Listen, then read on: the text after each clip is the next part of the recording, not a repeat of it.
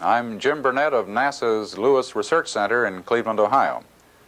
In this final program of our series, we'll see a film about a combined U.S. and Soviet space program. Now, the mission of Apollo-Soyuz. From out here, Dick. Yeah. Roger. Apollo, Houston, I got two messages for you. Moscow is go for docking. Houston is go for docking. It's up to you guys. Have fun. All righty, sounds good. Palovina Mila Alexei. Mid-July 1975. An American Apollo spacecraft and a Soviet Soyuz spacecraft prepare to join in Earth orbit, 140 miles above the Atlantic near Portugal. During their two-day joint flight, astronauts and cosmonauts transferred between spacecraft. They conducted space experiments, and they tested a compatible rendezvous and docking system, evaluating its potential as the universal standard on future spacecraft for docking and rescue.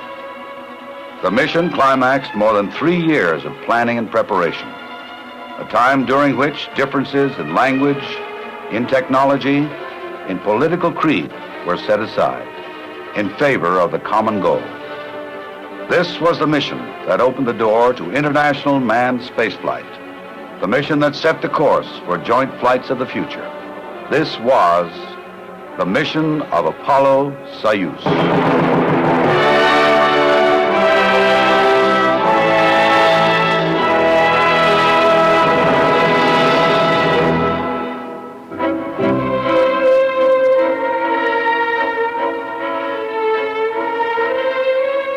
In the pre-dawn calm of July 15th, the methodical countdown of Apollo moved with customary precision toward a mid-afternoon launch.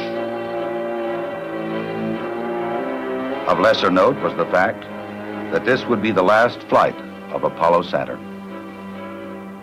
And as the countdown narrowed, chances are that more than one member of the launch team reflected on other proud days of Apollo, like its 9 flights to the moon, 6 of which resulted in landing men there.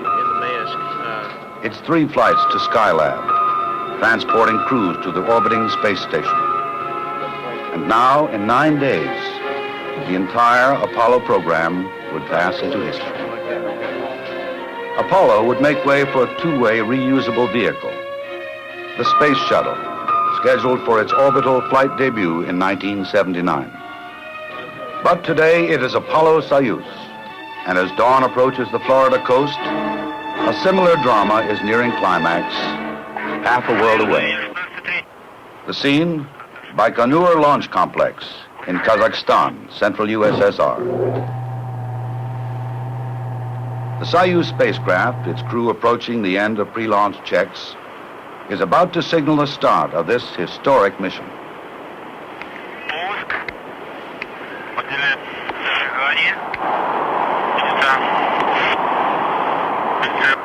Ключ на дренаж. На дренаж. Заели. Все идет нормально.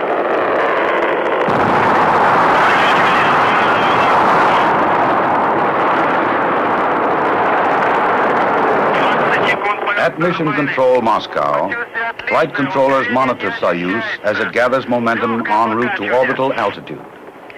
Less than 9 minutes after launch, Soyuz, powered by triple booster stages, is inserted into its assigned orbit. This is Apollo-Saturn Launch Control. The countdown has proceeded smoothly this morning, and the flight crew here at the Kennedy Space Center were alerted about 10:30. They're right now in the suit room at the Manned Spacecraft Operations Building, donning their spacesuits, and they're scheduled to leave the suit room about 12:37 for the trip out to Pad B. The weatherman continues to be cooperative. A near-perfect day for the launch, made to order for the thousands lining the roadsides and beaches to witness this Apollo-Saturn finale.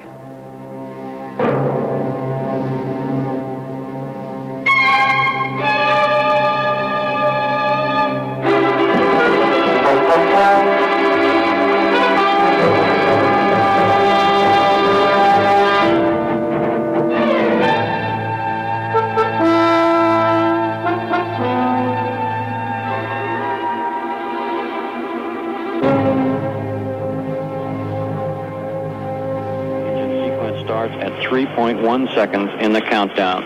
We'll hold down till thrust builds up. 11. Engine 10, ready light on. 9, 10, 9, 8, 8, 7, 6, 5, 4, 3, 2. Engine sequence start. 1, 0. Launch commit. We have a liftoff. All engines building up thrust. Moving out. Clear the tower. Roger, power clear. Roger, Tom, you got good thrust on all engines. You're right on the money. 30 seconds, we're on the way. Stand by for mode 1 Bravo. Mark, 1 Bravo. 1 Bravo, 2 Gs. Roger. And the pressure's coming down. Roger. Apollo Houston, you're go for station. Roger, go for station.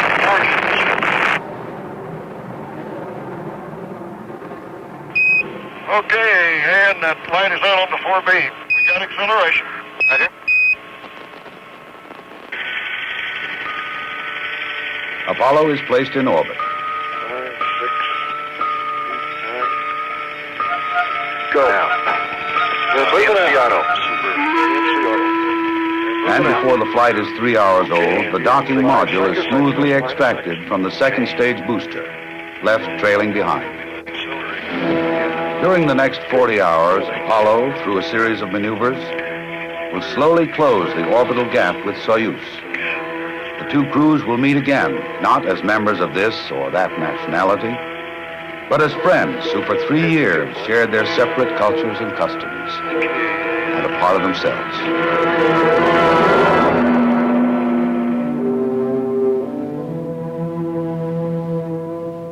In preparing for their mission, Soviet and American crews spent a good deal of time together. In formal mission training, in learning about the other man's culture, in getting to know the man himself.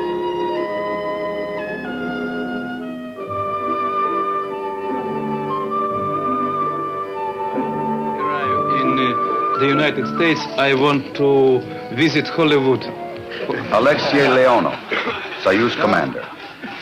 because I want to be a movie star. Colonel in the Soviet Air Force. No, I don't want. Tom Stafford want. In 1965, on the flight of Voskhod 2, he became the first man to walk in space. Right now, we're optimistic we'll meet the launch schedule. The hardware's in good shape. As far as astronaut and cosmonaut training, we're in good shape. When you put the whole thing together, The that's Apollo gonna be a big commander, problem. Air Force General Thomas We have a lot of Stafford. concern about it. Before this mission, he had flown 3 times in space. He was commander of Apollo 10, the mission that orbited the moon and qualified the lunar module for subsequent lunar landings. A civilian and a veteran of the U.S. space program, Donald K. Deke Slayton. One of the original 7 astronauts, he was scheduled to pilot the 4th manned Mercury flight. A slight heart irregularity interrupted his flight career. He was returned to full flight status in 1972 and assigned to Apollo-Soyuz as docking module pilot. Another civilian crew member, Valery Kubasov, age 40, the Soyuz flight engineer. On Soyuz 6, he successfully performed the first welding experiments in the zero gravity of space. Rounding out the American crew, Vance Brand, civilian, aeronautical engineer, former test pilot. He's been a backup crewman on previous flights, but this was his first trip into space. He is the command module pilot. As this was a time of mission preparation, it also brought together engineering and technical specialists from both sides. Heading up the teams were Dr. Glyn Lunny, the American project director, and his Soviet counterpart, Professor Konstantin Bushuyev. Under the direction of these two, an atmosphere of cordiality and mutual respect developed that pervaded the many months of meetings and negotiations. Joint groups were assigned to 5 general areas: communications and tracking, life support and crew transfer, mission planning, control and guidance, and mechanical design. This latter category included the building of the first universal docking system. The system's development, its ultimate testing in space, constituted a specific goal of the Soviet-American Space Agreement signed in Moscow in 1972 by the chief executives of both nations. Although each nation designed and built its own half of the docking system, the interface, that is, the physical mating of the two, was a single design. Considering the language barrier, the differing technologies, two diverse political systems, the development program moved with relative ease. There were differences, to be sure, but none that was above negotiation and compromise. Perhaps Professor Bushuyev put those differences in the proper light. He said, "In our joint work, there has been only one contradiction. Dr. Lunny drinks black coffee, and I drink mine with cream."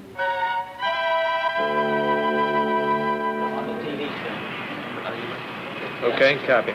This is Apollo Control. Apparently the TPI maneuver was indeed successful. Tom Stafford reported from Apollo that he was station keeping with Soyuz. Both control centers, Moscow and Houston, have given a go for docking. Soyuz, Apollo, track switches. I need you 5 by 5. Apollo, Houston. Can you see the Soyuz? He's hidden behind the docking module. Here he comes, just above the docking module. Looks real pretty. Soyuz docking system is ready. Good show. Let's say that. Looking fine. I am approaching Soyuz. Tom, please don't forget about your engines. Less than 5 meters distance. 3 meters. 3 meters. 3 meters.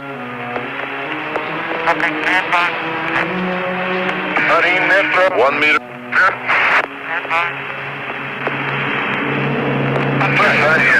Contact.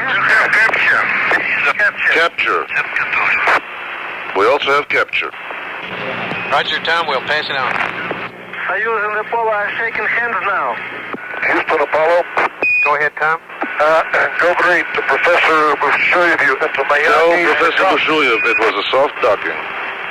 Around the world, millions watch and listen as the two spacecraft become one. Now they wait for the next dramatic event, the meeting of Soviet and American crews. All right, on a show. I'll provide you loop 3. Okay, the camera. Здравствуйте. Got it? Okay, it'll stay open. Go ahead. Go ahead, Tom. Lexi. Just a moment. Okay, turn on the camera. Hit the remote. Okay. Here. Camera. Glad to see you. Here. Здравствуйте, Алексей. Очень рад видеть вас. Очень рад. Это роща день. Советский Союз. Соединенных Штатов. In the first crew transfer, astronauts Stafford and Slayton are hosted in Soyuz by cosmonauts Leonov and Kubasov. Vance Brand remains behind to monitor Apollo systems. In the name of the Soviet people and from myself personally, I am To mark the occasion, leaders of both the USSR and the United States relay their congratulations. Of the Soviet spacecraft. New possibilities are opening up for fruitful development of scientific cooperation between countries and the peoples in the interests of peace and progress of all humanity. I wish you successful completion of the planned program and a safe return to Earth. Leonid Brezhnev. The astronauts are on the line, sir. Gentlemen, let me call to express my very great admiration for your hard work, your total dedication in preparing for this first joint flight. It's taken us many years to open this door to useful cooperation in space between our two countries. And I'm confident that the day is not far off when space missions made possible by this first joint effort will be more or less commonplace. And may I say, in signing off, Here's to a soft landing. Thank you very much. Thank you, Mr. President.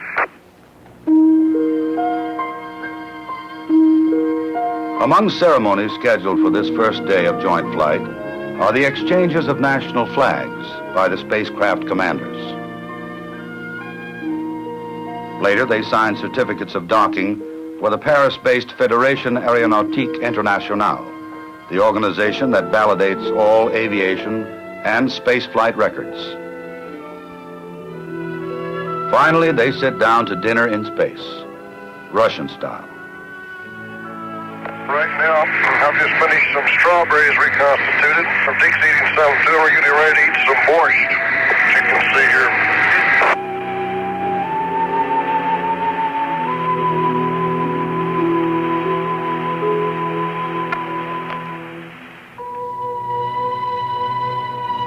Following breakfast in their separate spacecraft, the crews begin the second day's slate of activities, which includes working on the joint experiments.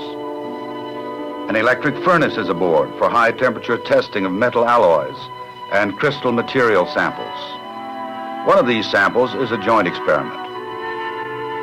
Investigators believe that uniform mixtures of metals and perfect lattice structures can be consistently achieved in materials in the non-gravity of space. In the day's first transfer, Vance Brand visits Valery Kubasov in Soyuz, and Colonel Leonov is hosted by astronauts Stafford and Slayton in Apollo. Hello, American people. The first Soviet-American TV center. Activities begin with a tour of both spacecraft.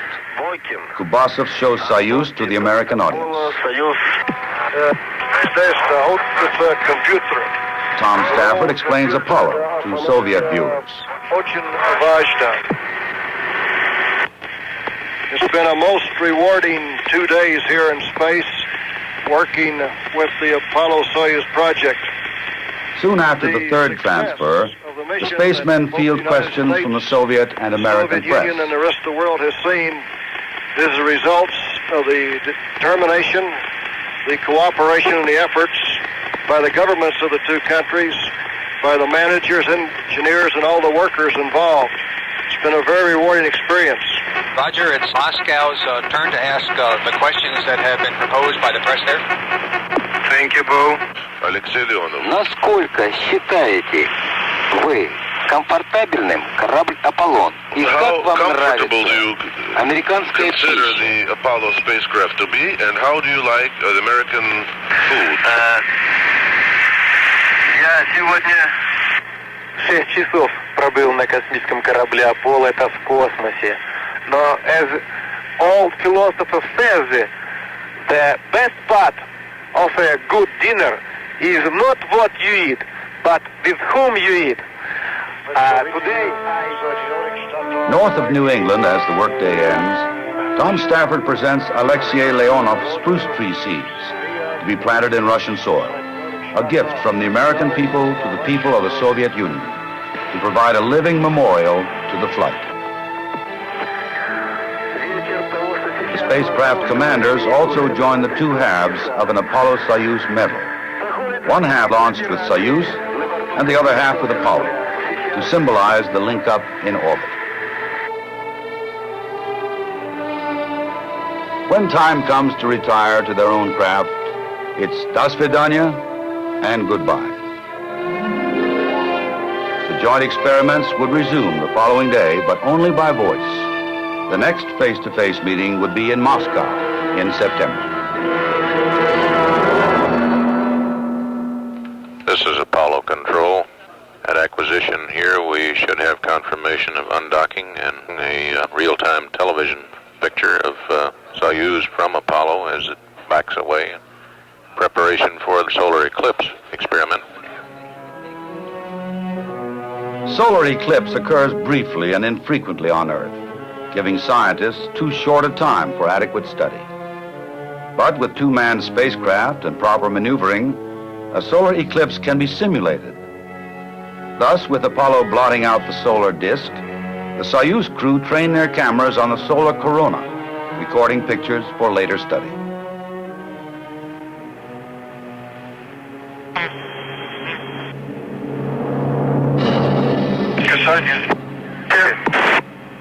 They dock again, providing yet another test of the compatible docking mechanism.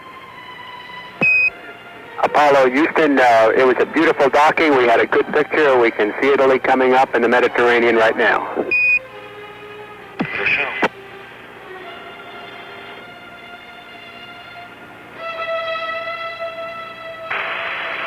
Apollo, Houston through and we're hearing your calls. Roger. We've docked. Everything was on time, though. After some 3 hours, the two spacecraft separate for the last time, and Apollo maneuvers into position for the final joint experiment, ultraviolet absorption, the measurement of oxygen and nitrogen particles in the upper atmosphere. Apollo directs light beams of special wavelengths to a reflector mounted on Soyuz. The beams bounce back to Apollo and are there analyzed by a spectrometer. It is the first such measurement by this method. The results have given investigators a clearer knowledge of outer atmospheric makeup, including the quantities of ozone in the upper atmosphere. Termination of the experiment signals the end of the joint phase of the mission, and the separation between spacecraft grows more distant with each successive orbit. Apollo will fly solo for 4 more days, but the crew of Soyuz makes ready for return to Earth. Good morning again. Jim Hartz and Alan Shepard from the Mission Control Center in Houston, Texas. Live this morning, the Soviet spacecraft is about to land in the Soviet Union. The Soyuz recovery, a focal point of media coverage, is typical of worldwide interest in the mission. Not since the first landing on the moon 6 years earlier has the Houston News Center seen this much press activity. Beneath its single striped parachute, Soyuz settles to Earth in Soviet Central Asia. Retro rockets cushion the impact. Contact. The parachute. 3 memorable years have ended. Alexei Leonov and Valery Kubasov have secured yet another place in the history of spaceflight. Apollo continues in orbit, carrying out the remainder of the 27 experiments in space sciences, life sciences, and applications. Among the less notable passengers aboard are numbers of killifish. Sealed in seawater, they are in key stages of maturity. Scientists want to pursue an earlier investigation in which fish taken into orbit on Skylab had orientation difficulties in zero gravity, while those that were hatched in orbit adapted quite well. On return to Earth, the specimens will be compared to similar stages of Earth-raised fish. Through highly refined instruments, they look out in our galaxy and beyond. A new source of radiation is found, the extreme ultraviolet, which many scientists thought would remain forever invisible. Others felt it didn't exist at all. The discovery ranks high in importance and may open a new branch of astronomy for studying the universe. They attempt to locate the sources of soft X-rays. They probe the temperature and abundance of the interstellar medium. They test ways of long-term monitoring of aerosol particles in the atmosphere, which may have profound effects on our weather and environment. They look back on Earth, on those features that will yield the greatest results: geological features, the oceans, the deserts, pollution patterns, weather formations, all the phenomena that comes under the general heading of Earth resources. As the mission comes down to the wire, the docking module is jettisoned, and it too becomes part of an experiment. With the two instrumented spacecraft close together in the same orbit, it is possible to measure their relative movements caused by variations in Earth's gravity. The technique provides a means of accurately mapping the Earth's mass structure on a global basis. Vital. Go. Guido. Go. Retro. Go flight. GNC. Go flight. Apollo Control, 99 hours, 29 minutes, phase elapsed time. Flight Director Frank Littleton. Go. pulsing his flight controllers. ECOM reports everything looks fine. Go for the burn. Okay, Crip, everything's up. Great shape up here. The only thing we're concerned about is that you've got all your splashdown parties coordinated, over. Well, I've been working on that. Okay, sounds good.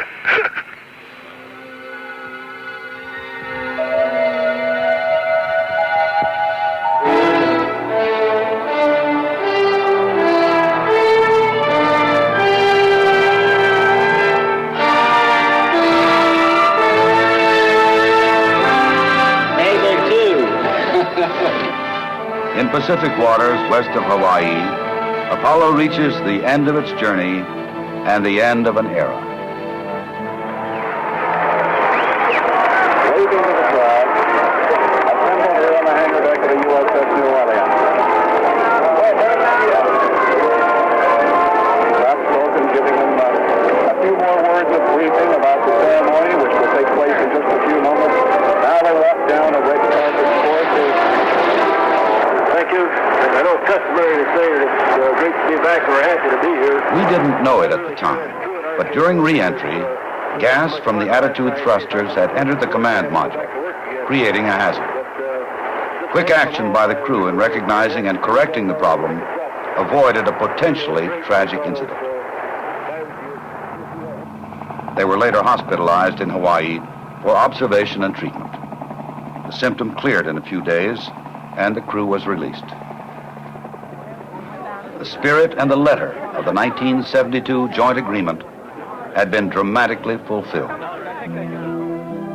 Hopefully it represents a prelude to the future, to a time when all mankind will share the work and the dividends of space. The space shuttle is a major step in that direction. The shuttle will transport into orbit a European development called Space Lab. With 10 countries of Europe sharing construction and cost, men and women of many nationalities will be able to apply their creative talents aboard Space Lab for the benefit of the world community. But for Space Lab, for Shuttle, for all the cooperative space efforts to come, the groundwork has been laid by Apollo-Soyuz, the model for the future.